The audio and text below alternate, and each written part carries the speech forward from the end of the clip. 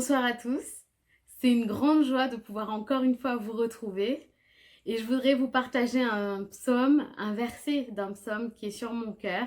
Donc c'est le verset 14 du psaume 27 qui dit « Espère en l'Éternel, fortifie-toi et que ton cœur s'affermisse, espère en l'Éternel ». Je vous invite à lire tout ce psaume et que vous puissiez prendre ce temps de louange pour prier, pour adorer, pour élever votre voix, pour ouvrir nos cœurs et louer notre Dieu et recevoir cette force, cette assurance qui vient de lui.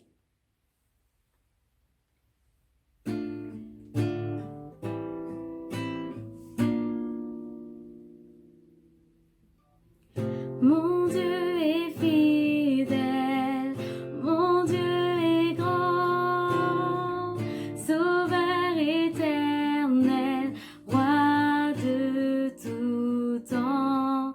Mon Dieu est vivant, saint est son nom, il a porté ma condamnation.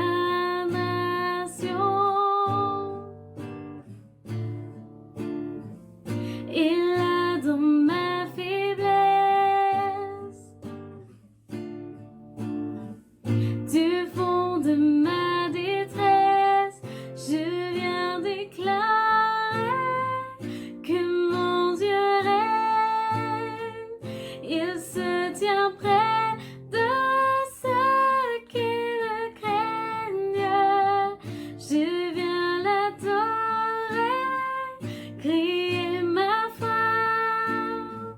Jésus mon sauveur, Jésus mon roi.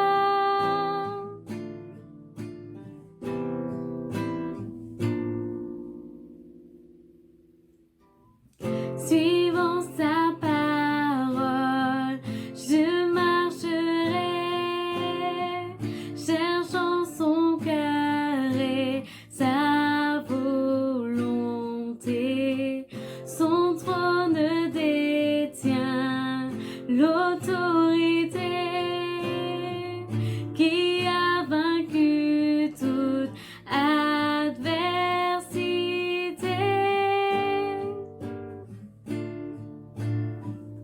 Et là dans ma faiblesse,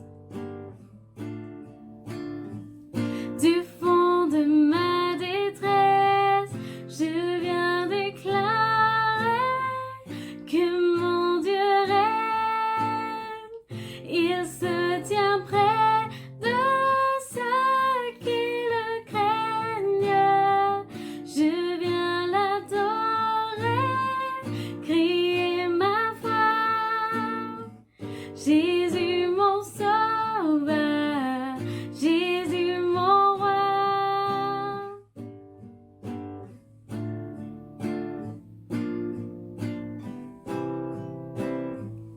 Au-dessus de toute force, au-dessus de toute autorité, tu règnes à jamais. Jésus, ton nom est puissance, que tout mon être soit élevé, soit élevé. Confesse Jésus avec moi. Au-dessus de toute force, au-dessus de toute autorité, tu règnes à jamais. Jésus, ton nom est puissance, que tout mon être soit élevé, soit élevé.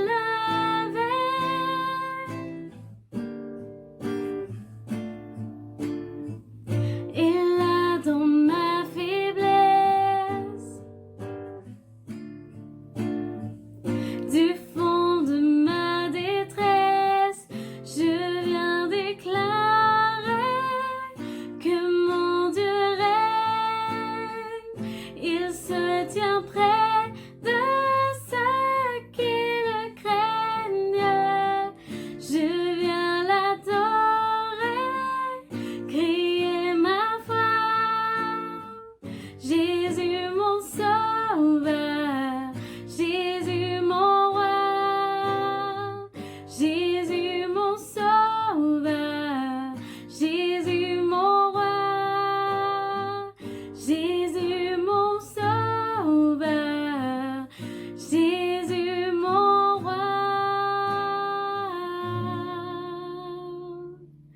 Oui, Seigneur Jésus, je viens déclarer que tu règnes, que tu es souverain, que tu es Dieu, que tu es élevé au-dessus de toute force, au-dessus de toute domination. Oui, Seigneur, c'est en toi que je crois. Tu es Dieu, tu es sauveur admirable et tu es à mes côtés. Tu es ma force incomparable. Tu es mon secours. J'ai tout en toi, Seigneur. Quelles que soient mes faiblesses, mes détresses, les situations qui m'entourent, ma sécurité est en toi. Je trouve la joie, je trouve le salut, je trouve la force, je trouve vraiment l'aide, le secours de ton esprit. Seigneur, tu es Dieu, tu es tout pour moi et je veux vraiment ouvrir mon cœur et te donner toute la place et je veux recevoir ta force, recevoir le Saint-Esprit, le consolateur, mon soutien chaque jour dans l'épreuve. Oui, je veux déclarer que tu es fidèle, que tu es à mes côtés, que tu es aux côtés de chacun d'entre nous. Prends ta place, Seigneur. Nous voulons vivre par toi, nous voulons être fortifiés, encouragés en toi et nous lever parce que nous savons que tu nous envoies, que tu es notre soutien, que tu es avec nous, que tu nous épaules, que tu nous entoures, que tes anges campent autour de ceux qui te craignent. Merci pour ta fidélité. Oui, Seigneur, j'ai l'assurance en toi. Merci, Seigneur, que ta main bienveillante soit sur chacun d'entre nous, que tu donnes à chacun d'entre nous un cœur fortifié et encouragé en toi. Relève nos pensées, que nous ne soyons pas abattus, mais que nous soyons victorieux. Au nom de Jésus-Christ, je prie. Amen. Bonsoir à tous. Nous avons vu ensemble le mois dernier, au travers de l'exemple de Samuel, combien il est important que nous ayons la révélation de Dieu dans nos vies. Cette révélation a transformé la vie de Samuel et elle peut transformer aussi nos vies aujourd'hui. Voyons ensemble, ce soir, au travers de l'exemple de Saul de Tarse, quelle est la meilleure attitude que nous pouvons avoir lorsque Dieu se révèle à nous. Posons d'abord quelques éléments de contexte. Saul de Tarse, c'est un homme qui est instruit, il connaît parfaitement la parole de Dieu, il est même engagé politiquement et religieusement, puisqu'il fait partie du parti des pharisiens. Et dans son zèle religieux, il va devenir persécuteur de l'Église. Il va traquer les premiers chrétiens, il va chercher à les emprisonner et parfois même à les tuer. Et simplement à cause de leur foi en Jésus-Christ. C'est donc un homme, oui, qu'il vaut mieux éviter de croiser. Et voici ce que nous pouvons lire sur l'atmosphère qui environne Saul à ce moment-là des Actes des Apôtres. Donc dans Acte 9, au verset 1, il est dit donc Acte 9, verset 1, Saul respirant encore la menace et le meurtre contre les disciples du Seigneur. Ça fait froid dans le dos. Et pourtant, c'est à cet homme que Dieu a choisi de se révéler. Voyons ensemble de quelle manière. C'est à peine plus loin. Toujours dans le chapitre 9 des Actes, au verset 4, on peut lire « Il tomba par terre ». Il s'agit de Saul. Et il entendit une voix qui lui disait « Saul, Saul, pourquoi me persécutes-tu » Il répondit « Qui es-tu, Seigneur » Et le Seigneur dit « Je suis Jésus que tu persécutes ». Dieu se révèle donc à Saul au travers du nom de Jésus, ce nom qu'il combattait de toutes ses forces. Et quand il réalise la situation, eh bien on comprend un peu mieux pourquoi au verset 6, eh bien la Bible nous dit que Saul était tremblant et saisi d'effroi. Cette prise de conscience, eh bien l'amène à choisir de changer de cap. Et c'est symbolisé par une question qu'il va poser juste ensuite, toujours au verset 6, « Seigneur, que veux-tu que je fasse ?» C'est une question qui peut nous sembler simple, et pourtant, cette question est tellement importante. Cette question va conduire Saul dans une nouvelle dimension de vie. Il quitte ses projets de mort pour se tourner vers les projets de Dieu qui sont des projets de vie. Saul a donc cette révélation qu'à travers ses choix, il est devenu ennemi de Dieu. Et à travers cette question, Seigneur, que veux-tu que je fasse ? il choisit de cesser d'être ennemi de Dieu. Au contraire, il décide de devenir un instrument entre les mains du Seigneur. La Bible, la parole de Dieu, nous fait à nous aussi cette même révélation. Tout comme Saul était ennemi de Dieu, nous sommes nous aussi ennemis de Dieu. C'est ce que nous pouvons lire dans Romains au chapitre 5 et au verset 10. Car si, lorsque nous étions ennemis, nous avons été réconciliés avec Dieu par la mort de son Fils, à plus forte raison, étant réconciliés, serons-nous sauvés par sa vie. C'est exactement cette même révélation. Nous étions ennemis, mais au travers de Jésus, nous sommes réconciliés avec Dieu. Nous pouvons choisir autre chose. Nous pouvons choisir de ne plus être ennemis de Dieu. Nous pouvons choisir de quitter nos projets de mort, tous ces choix que nous faisons sans penser à Dieu, ces choix qui nous éloignent de Dieu tout simplement.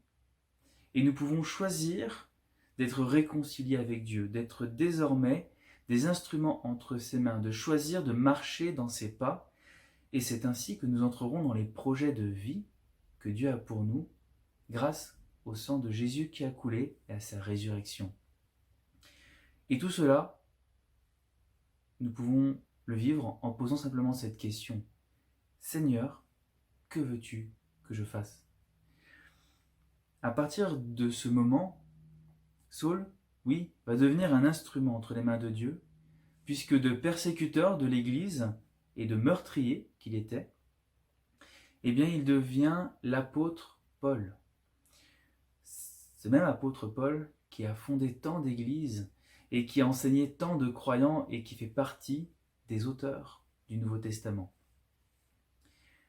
Prions donc ce soir pour que Dieu se révèle à nous et surtout que nous puissions choisir d'entrer pleinement dans les projets qu'il a prévus pour nos vies, afin que nous puissions nous aussi, à notre tour, devenir des instruments entre ses mains. Et cela, ça commence par une simple question, mais une question tellement importante. Seigneur, que veux-tu que je fasse ? Prions ensemble.